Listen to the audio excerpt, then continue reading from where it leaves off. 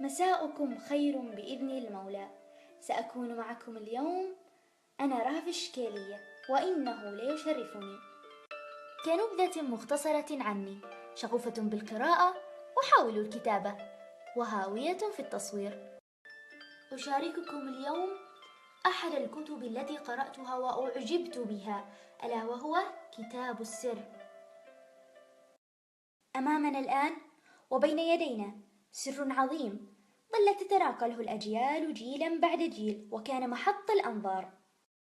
تم حجبه وفقدانه وسرقته وبيعه بمبالغ طائلة من المال. بعد كل ذلك، ألا تعتقدون أنه سر عظيم؟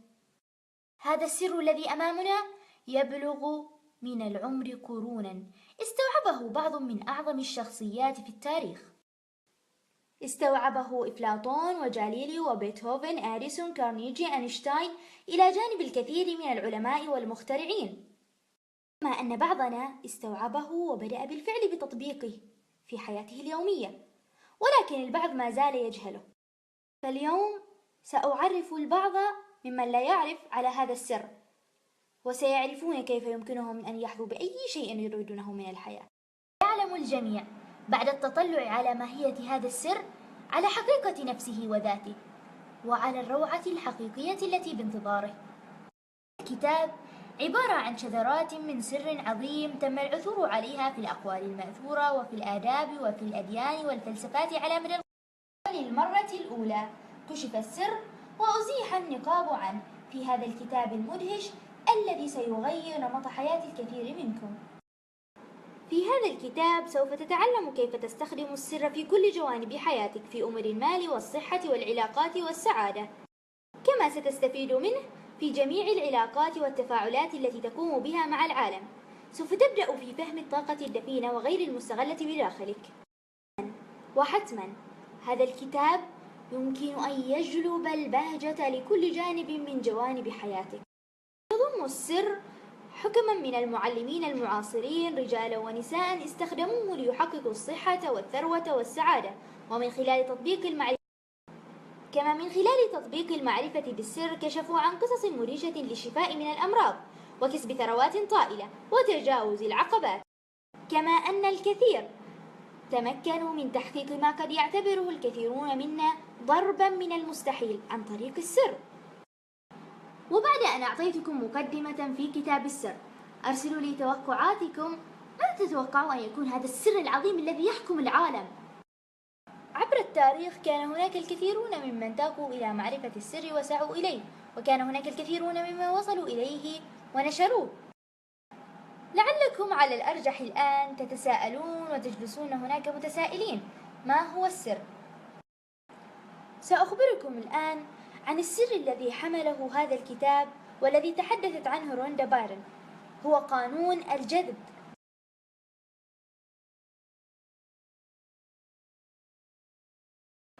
وكتعريف لهذا السر، أن أي شيء تنظر إليه وتسعى إليه وتتخيل وتنظر إليه بعين خيالك بالطبع ستمسك به.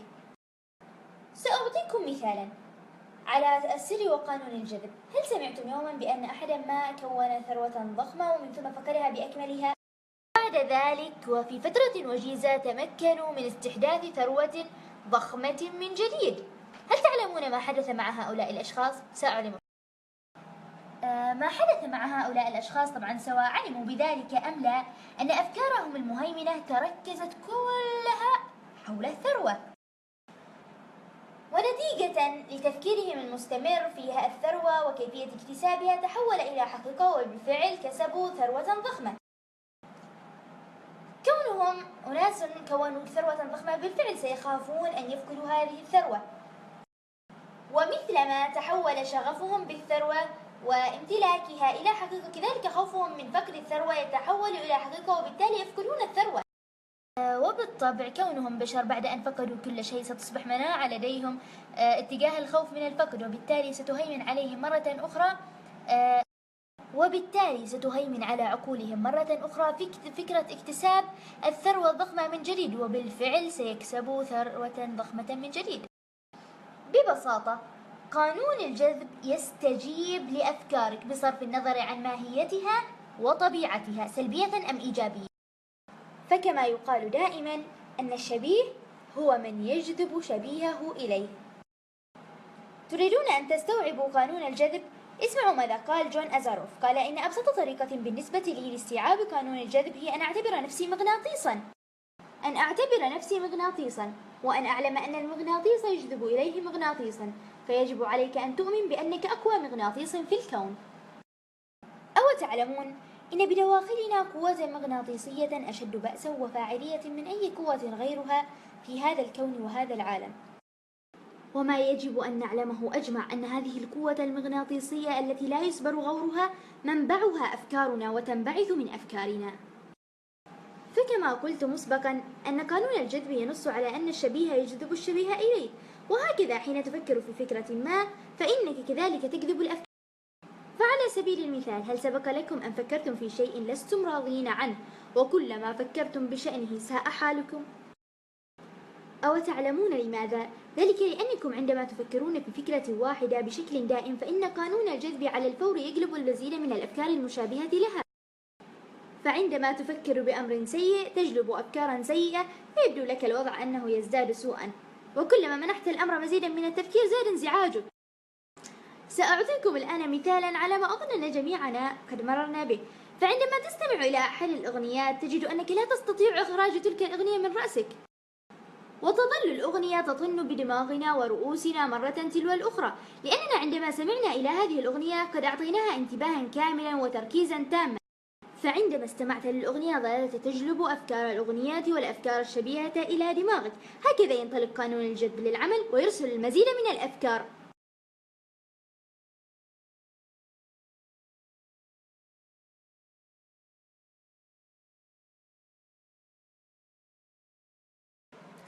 إذا استطعت أن تفكر بشأن ما تريده في عقلك وتجعل من فكرتك المهيمنة، سوف تحققه كواقع في حياتك حتما. من خلال هذا القانون الأشد فاعلية تتحول أفكارك إلى واقع ملموسة. قل هذا لنفسك ودعه يتسرب إلى عقلك.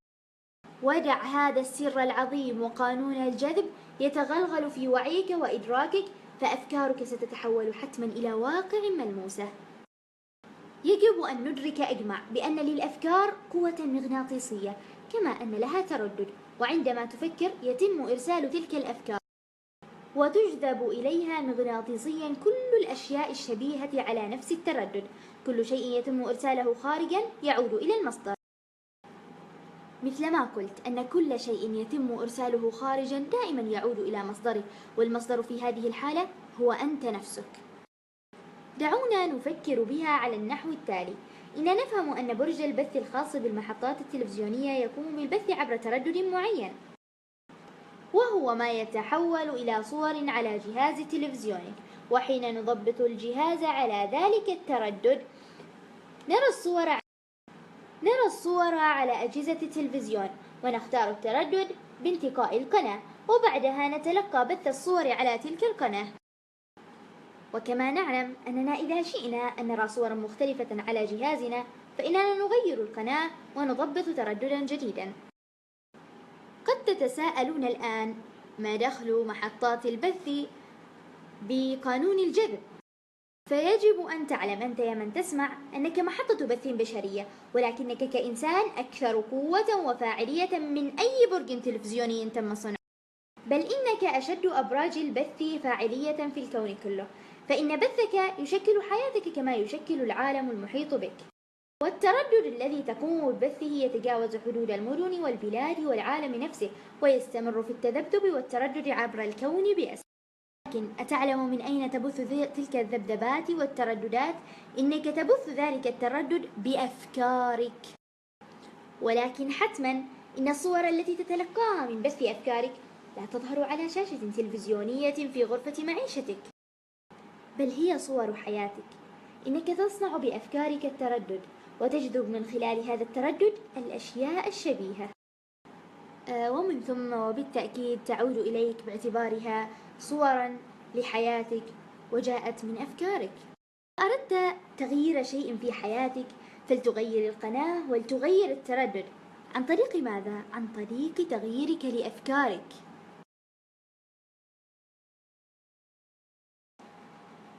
أتمنى أن يكون مفهوم السر قد وصل إليكم بشكل صحيح.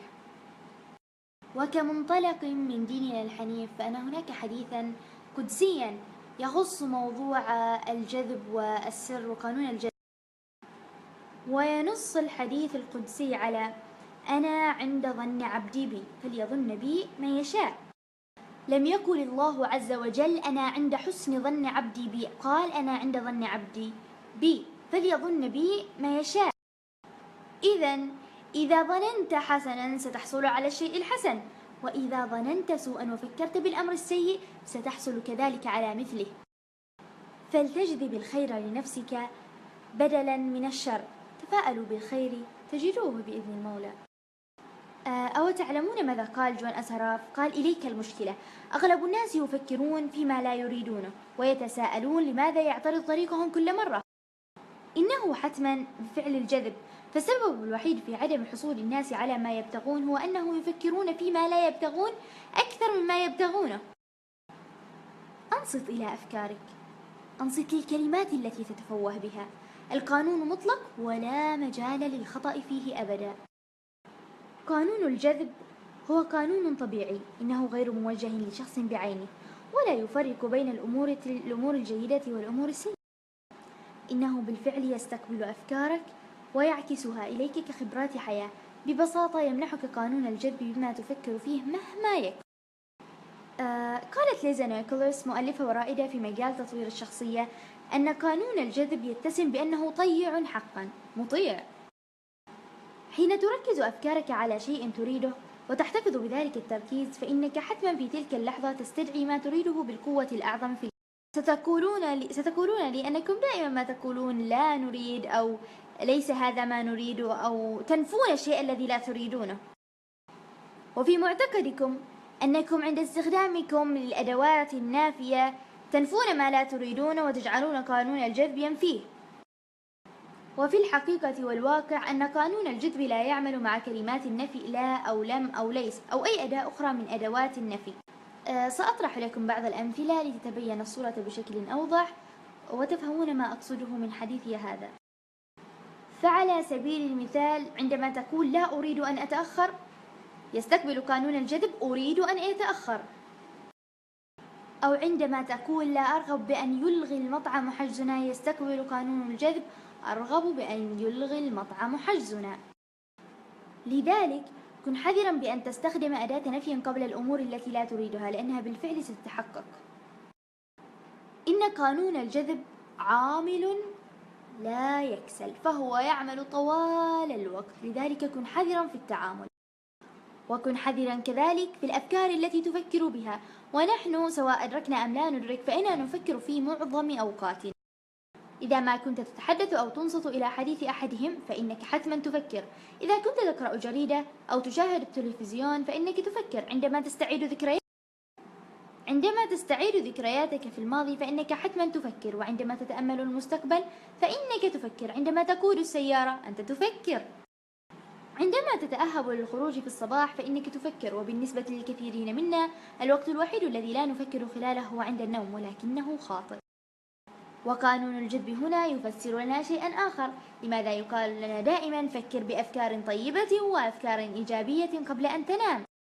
وذلك لأن قانون وقوة الجذب تظل في حالة عمل على آخر أفكار مرت بنا قبل أن نستغرق في النوم. تعرفنا على مفهوم قانون الجذب وماهية هذا السر الذي يحكم العالم، والآن سنتعرف جميعا على كيفية استخدام هذا السر وقانون الجذب في حياتنا اليومية. إذا تذكرت حكاية علاء الدين ومصباحه، حينما يلتقط علاء الدين المصباح وينفض عنه الغبار ويقفز الجني خارجا، دائما ما يقول الجني شيئا واحدا: أوامرك مطاعة يا سيدي. كذلك هو قانون الجذب والسر العظيم الذي يحكم العالم. تمنى ثم تلقى ما تريد، ولكن مع بذل جهد. خطوات 3 هي التي تمكنك من تحقيق قانون الجذب وممارسته في حياتك. الخطوة الأولى هي اطلب. وجه طلبك للكون، دع الكون يعرف ما تريده، ولسوف يستجيب الكون لما تريد بإذن الله. إذن عليك أن تختار ما تريد، ولكن عليك أن تكون واضحا بشأنه. هذه هي مهمتك، وإذا لم تكن واضحا فإن قانون الجذب عندئذ لا يمكن أن يجيب لك ما. فكر فيما تريده حقا وحتما سيتحقق. والآن بعد أن عرفت أنك تستطيع أن تملك وأن تكون وأن تفعل أي شيء بلا حدود، فماذا تريد؟ الخطوة الثانية: آمن. الخطوة الثانية هي أن تؤمن. آمن بأن الأمر صار ملك يديك فعلا. عليك أن تؤمن بأنك قد تلقيت ما تشاء. عليك أن تعرف أن ما تريده هو ملك لك لحظة طلبه. لابد أن تتحلى بإيمان كامل وانظر للأشياء التي تريدها على أنك تملكها بالفعل، واعلم أنها سوف تأتي إليك عند الحاجة، ودعها تأتي. لا تقلق بشأنها ولا فكر في الأشياء التي تريدها على أنها ملكك، كما لو أنها تنتمي إليك في ملك يدك بالفعل. عليك أن تتصرف وتتحدث وتتفكر كما لو أنك تتلقاه الآن. لماذا؟ لأن الكون مرآة، وقانون الجذب يعكس إليك أفكار. ولكن إذا اشتملت أفكارك على عدم امتلاكك له أو افتقارك له، بالفعل ستطغى هذه الأفكار عليك. عليك أن تؤمن بأنك تمتلكه بالفعل. عليك أن تؤمن بأنك تلقيته. يجب أن تثبت ترددك الحسي بتلقيه لتستعد لتتلقى. الخطوة الثالثة: تلقى. الخطوة الثالثة وهي الخطوة الأخيرة في العملية الإبداعية، وهي أن تتلقى ما تنشده.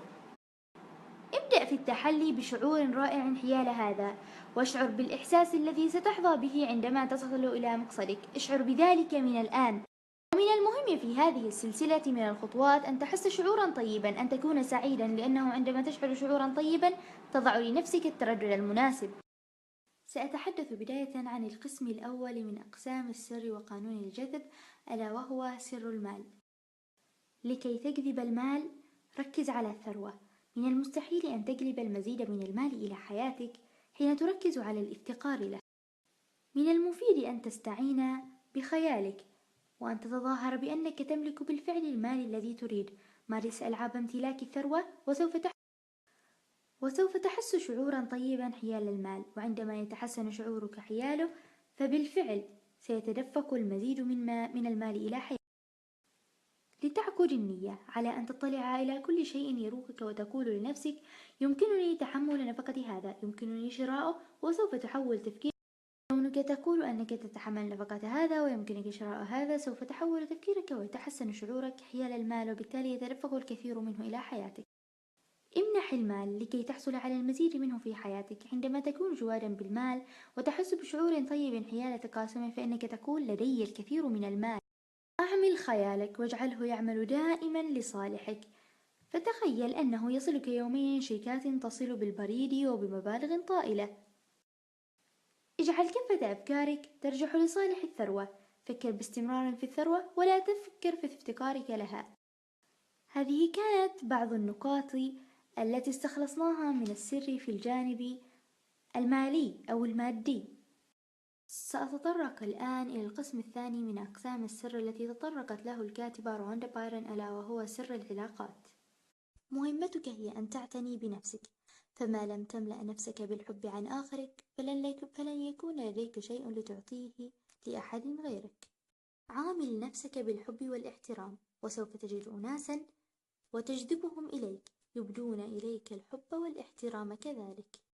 ركز على السمات التي تحبها في نفسك، وسوف يظهر لك قانون الجذب المزيد والمزيد من الصفات العظيمة التي تمتلكها. عندما تريد أن تنجح علاقتك مع شخص، ركز على أن تكون بذلك الشخص وليس على ما تشكو. سأنتقل الآن إلى القسم الثالث من أقسام السر، ألا وهو سر الحياة. أولاً، عليك أن تملأ حياتك بما تريده أياً كان. الشيء الوحيد الذي تحتاج إلى القيام به هو أن تحظى فقط بشعور طيب وحسن. كلما استعنت بالقوة الداخلة فيك كلما زادت قوة جذبك للمقدرة وقوة جذبك لما تريد أن تنال. قم فقط بما تحب، وإن كنت لا تدرك ما الذي يبهجك فاسأل نفسك: ما الذي يبهجني ويسبب سعادتي في حياتي؟ بعد أن تسأل نفسك التزم بها، وسوف تجلب إلى نفسك سيولا من الأشياء المبهجة، لأنك مشع بالبهجة. والآن بعد أن تعلمت السر، فالقدرة والتحكم كلها بيدك بعده عز وجل، فتعلم كيف تدير حياتك إدارة سليمة. تذكر دائما أن من يبعث الترددات هي أفكارك، وقوتك وغرتك تكمن في أفكارك، فابق دائما منتبها. كل ما قد أسلفت بذكره وما يحمله هذا الكتاب بين طياته، قامت الكاتبة بإنتاج فيلم يخص قانون الجذب والسر، تجدون هذا الفيلم في يوتيوب. يقال أن هذا الفيلم غير حياة العديد من الناس، كما غير ذوات الناس أنفسهم إلى الأفضل. أرسل أحدهم أنه كيف يمكن أن نجد السر في قصص الشعوب المختلفة، أو أين تكمن في هذه القصص وكيف يمكننا الاستخلاص منها. طبعا نقب العلماء في العديد من الحضارات، كانت من بينها حضارة بابل، وجدوا أنهم استخدموا السر وقانون الجذب قبل 3000 قرون. وجدوا تعبيرات تدل على السر وقانون الجذب في بعض الآثار الحجرية التي كتبوا ونحتوا عليها في الحضارات القديمة. من لديه استفسار حول الموضوع أو لم يتضح له شيء معين فيرسل وسأجاوبه بإذن المولى عز وجل. وفي الختام، عذرا على الإطالة، وأني أدعو الله سبحانه وتعالى أن يساعدكم السر في تحقيق ما تنشدون وما تبتغون الوصول إليه، وأني أسأله عز وجل بأن يساعدكم السر في تحقيق السعادة والبهجة في كل حياتكم، لكم وللعالم أجمع. هذا وسلام من الله عليكم ورحمته تغشاكم. طبتم وطاب يومكم بما تحبون.